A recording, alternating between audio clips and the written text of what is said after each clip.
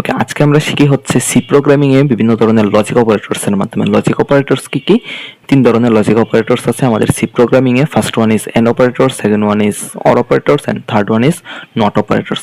And operators হচ্ছে সেই সকল অপারেটরস কে তখন আমরা এন্ড অপারেটরস ইউজ করব। সাপোজ আমার দুইটা স্টেটমেন্ট দেওয়া আছে, দুইটাই হচ্ছে ট্রু, তখন আমার এন্ড অপারেটরস এর মান আসবে ট্রু মানে 1। কিন্তু এন্ড অপারেটরস আমি ইউজ করলাম, কিন্তু আমার একটা শর্ত, একটা কন্ডিশন হচ্ছে ট্রু আর একটা কন্ডিশন হচ্ছে ফলস, তখন আমার অ্যান্সার আসবে ফলস। কিন্তু অর অপারেটরসে আমার যদি মিনিমাম একটা ভ্যালু যদি সত্য হয় তাহলে আমার ফুল স্টেটমেন্টটা হচ্ছে সত্য।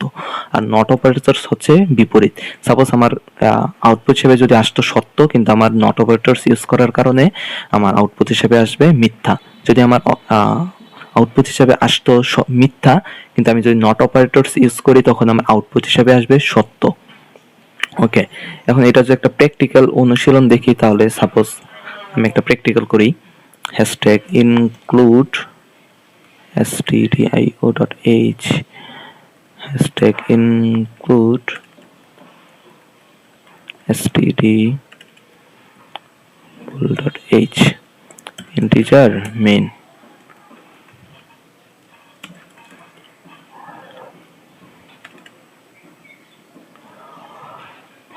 return 0। ওকে, আমি বললাম ইন্টিজার এইচ হচ্ছে সাপোজ 18, দেন ডাবল বললাম উচ্চতা, হাইট হচ্ছে 6.3। ওকে, দেন এবারে নিই ভুলের মান। ভুল হিসেবে সাপোজ বললাম ভ্যালু, এবং সেখানে একটা কন্ডিশন দেই, আমার এইজ হচ্ছে সমান অথবা বড় 18 থেকে। এন অপারেটরস মানে দুইটা এন্ড, আরেকটা শর্ত দিলাম, হাইট হচ্ছে বড় হবে 6 থেকে।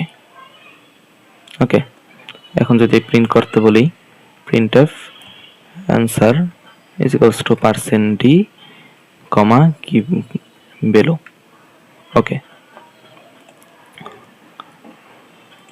এটা যদি আমি আউটপুট হিসেবে বের করি, আমার স্টেটমেন্ট হচ্ছে 1। কি কারণে 1 আসছে? কারণ আমার প্রথমটা কি 18, যেটা হচ্ছে 18 সমান অথবা বড় দিয়েছিলাম শর্ত, কিন্তু আমার শর্ত 18 সমান, মানে শর্ত প্রথমটা সত্য, এবং এন্ড হাইট 6.3, 6 থেকে বড়।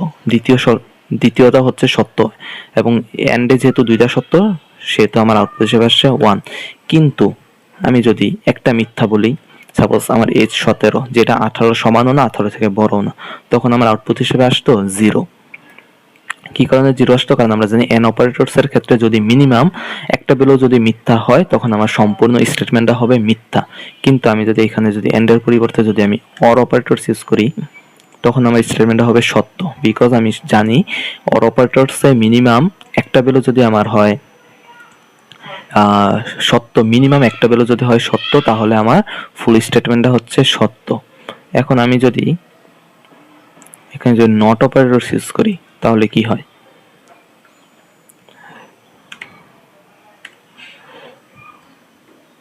যদি নট অপারেটরস ইউজ করতাম, নট অপারেটরস হচ্ছে আমরা এইভাবে ইউজ করতে পারি না।